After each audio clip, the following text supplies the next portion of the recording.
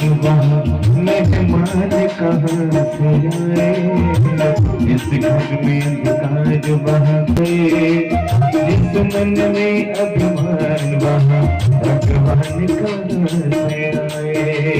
इस घर में अंधकार वहाँ मेहमान कहाँ से आए, इस मन में भगवान कहाँ से आए, भगवान कहाँ से आए। तो अपने मन में दिल में ज्योत जगा के देख ले, अपने मन में दिल में ज्योत जगा के बुला के देख ले। आजते है राम प्रभु, ओ राम नाम मीठा है, गा के देख ले, राम देख ले। आजते है राम प्रभु, बुला के देख ले, प्रभु बुला के देख ले। आपसे है आरती, भागवत भगवान की है आरती, भागवत भगवान की है। चंद्रे ज्योत जगा के वाला मेरे घर पे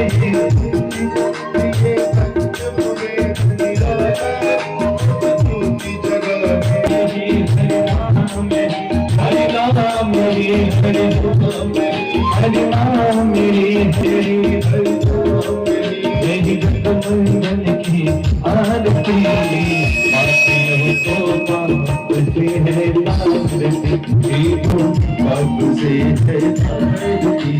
शांति गीत पावन पुनीत पाए, शांति गीत पावन पुनीत पाए, दर्शक राधे दुख करनी दुख करनी सुख करनी दुख हरनी, श्री मधुसूदन की आरती, भाग्य भागवत भगवान की है, बाप से मधुर बोल जगभूत खोल, सुन मार्ग दिखाने वाला, बिगड़ी तो बनाने वाला। को जब हम इस सांसारिक यात्रा को विराम देते हैं, तो विराम देते समय हमारा मन भी जो है परमपिता परमात्मा के चरणों से लगा रहे, परमपिता परमात्मा से लगा रहे। अंत समय में हमारे मुखारविंद से भी भगवान का नाम निकले, यही हमें प्रयत्न करना चाहिए। अन्यथा आप आजीवन भर महाराज जी संसारिक कार्य, अपनी गृहस्थी के कार्य करते रहोगे तो भी ये खत्म नहीं होंगे, और इच्छाएं तो इंसान की महाराज मृत शैया पर भी खत्म नहीं होगी। अंतिम सांस तक इंसान यही सोचता है कि ना जाने में अभी और जी लूं, और हम अपने आप को धोखे में रखते हैं। क्योंकि देखो, इस संसार को छोड़कर सबको एक ना एक दिन जाना है। ये पक्का इस मृत्यु लोक में जन्म लेता है, उसे एक ना एक दिन छोड़कर जाना है इस संसार को। लेकिन हर फिर भी अपने आप से झूठ बोलते हैं, अपने आप को ही झूठे दिलासे देते रहते हैं कि नहीं, हमें अभी इस संसार को छोड़कर नहीं जाना है, हम तो इस संसार में जैसे परमानेंट है। तो यहाँ पर कोई परमानेंट नहीं है, कोई यहाँ पर सदा सर्वदा के लिए नहीं रहता है। जो आया है वो जाएगा, चाहे फिर वो राजा हो या रंग हो या फिर फकीर हो, जो भी आया वो जाएगा। इसलिए समय रहते महाराज अभी भी समय है, हम आपके पास अभी भी समय है। भगवान का नाम जपो, भगवान का नाम लो, जितना ले सकते हो। अपने बच्चों को भी संस्कार दो। इन कथाओं को सुनने से देखो, मैं बार बार यही बात कहता हूँ और मेरा अधिकतर यही प्रयास रहता है कि मैं अपनी कथा को जो है संसार के ऊपर ढालने का प्रयत्न करता हूँ। हमें अपने संस्कार, अपने बच्चों को संस्कार देने की आवश्यकता है। आज हमारे बालक वृंद जितनी भी नई पीढ़ी है महाराज, ये संस्कारों से विहीन होते चले जा रहे हैं।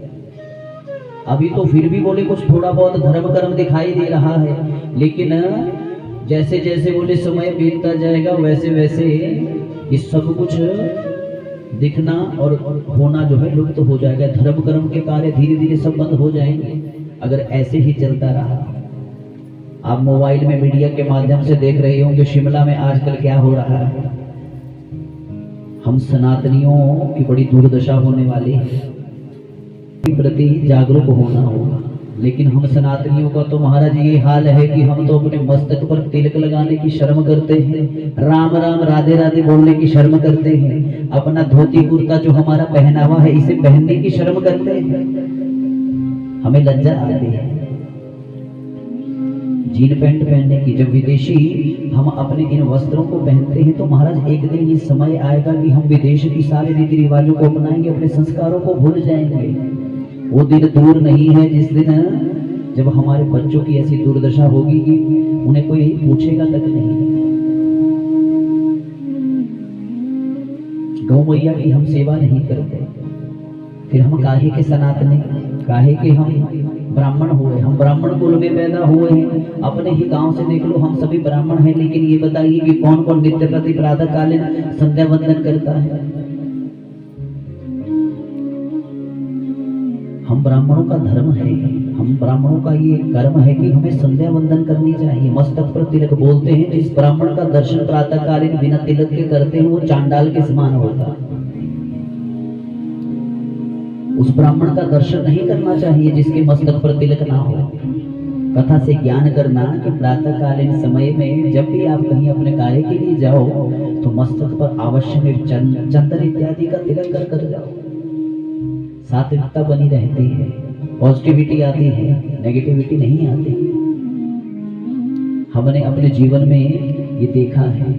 मस्तक पर जब तिलक लगा होता, गले में यदि आपके कंठी धारण होगी तो महाराज आपका जो है, आपके कंठ से, आपके मुखारविंद से, आपकी वाणी से कभी दुर्वचन निकल ही नहीं सकते। ये कंठी धारण करने का नियम है। संस्कृतियों को हमारे इन शास्त्रों का अवलोकन कर रहे हैं, गीता जी का अध्ययन करते हैं, श्रीमद् भागवत महापुराण का अध्ययन करते हैं। बातल, जो हमारा बातल गांव है, उधर बातल गांव में एक ऐसे अंग्रेज है, वहां पे विदेश से आए हैं, वहीं पे रहते हैं। और एक हमारे बुजुर्ग पंडित जी है, वहां पे उनसे व्याकरण का अध्ययन कर रहे हैं, मैंने देखा है। और हम अपने बच्चों को महाराज इन शास्त्रों को पढ़ाने की शर्म करते हैं। शरीर भी झूठा है और शरीर से जितने रिश्ते नाते जुड़े हैं ये भी झूठे हैं। यहाँ इस संसार में कोई परमानेंट नहीं है, ना ये घर, ना ये संसार, ना ये शरीर, और ना इस शरीर से जुड़े हुए सारे नाते, ये सब झूठे हैं। सुखदेव जी आज वो परमहंस जो है परीक्षित के मोक्ष के लिए कथा करने जा रहे हैं।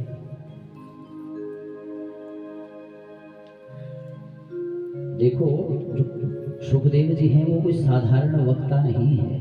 सुखदेव जी महाराज साक्षात परमपिता परमात्मा के ही अंशावतार हैं। और जो वो परीक्षित हैं वो भी कोई साधारण श्रोता नहीं है। दोनों माँ के गर्भ से ही कृपा लिए हुए इस संसार में आए हैं। और आज मुख्य रूप से उन्हीं की कथा को हम श्रवण करने जा रहे हैं। कल की कथा में हम आप सभी ने श्रवण किया। क्या श्रवण किया? कल की कथा को हमने कहाँ विराम दिया था? क्या कोई बताएगा? कहाँ, किस स्थान पर हमने, कौन सी कथा पे हमने विश्राम लिया था? बताएगा कोई? भैया तभी तो कहते हैं कि देखो कथा को पकड़ कर रखना चाहिए। कथा तभी हमारी बुद्धि में होते हैं। घास इतना काटना होता है कि ध्यान कथा में कम लगता है, गौ मैया के पास ज्यादा लगता है।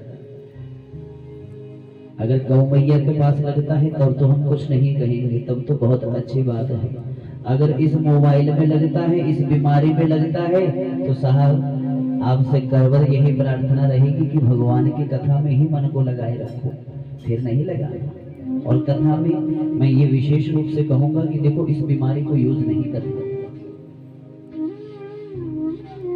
क्योंकि ये बहुत गंदी बीमारी है। मोबाइल आप दिन भर, पूरी रात भर भी अगर लगे रहोगे और उसे देखते जाओगे तो उसमें वो जो वीडियोस दिखती रहती है वो खत्म नहीं होगी, निरंतर चलती जाती है। और समय देखो, ये जो बहुमूल्य समय हमें जीवन में मिला है ये दूसरी बार आने वाला नहीं है। ये समय लौट कर नहीं आएगा जो समय आएगा। इसलिए अपने भाग्य की सराहना करो कि हम अपने कुलजा मैया की गोदी में उसके पवित्र प्रांगण में बैठकर उस परम पिता परमात्मा की कथा को श्रवण कर रहे हैं। और देखो श्राद्ध पक्ष आने वाला है। श्राद्ध पक्ष से पहले हमें पितरों के निमित्त इस सुंदर दिव्य अलौकिक अनुष्ठान को कराने का सुअवसर मिल रहा है। सभी पितरों का आशीर्वाद हमें प्राप्त हो रहा है। अगर हम आप हमें प्राप्त हुआ है जो उन्हीं के आशीर्वाद से हम यहाँ पर हम आप सभी भगवान की कथा को बोले श्रवण कर रहे हैं। ये उन्हीं पूर्वजों का कुछ आशीर्वाद है। और देखो हम सभी के पितृ समस्त ग्रामवासियों के पितृ जो है आजकल यहाँ पर विराजमान है। दक्षिण दिशा में देखो वहां पर काला ध्वज जो लगाया गया है, इस पे समस्त पितरों का आवाहन किया गया है। सभी के नाम से तिल तर्पण इत्यादि यहाँ पर नित्य प्रति किया जाता है कि इस अलौकिक कथा को सुनने के लिए यहाँ पर विराजमान है। और परम पिता परमात्मा के ही आशीर्वाद से हमें आज इस कथा को चलते जो है चतुर्थ दिवस की कथा में हम प्रवेश पा रहे हैं। कल की कथा में महाराज आपने श्रवण किया, महाभारत की कथा को हम आपको श्रवण करवा रहे थे। महाभारत की कथा के अंतर्गत महाराज भीष्म पितामह जो है अपनी इस मति बुद्धि को जो है बुद्धि रूपी कन्या को जो है परम पिता परमात्मा के चरणों में लगाते हैं और अपने इस कलेवर को छोड़कर चले जाते हैं। कथा से ज्ञान करना कि हमें भी शिक्षा मिलती है।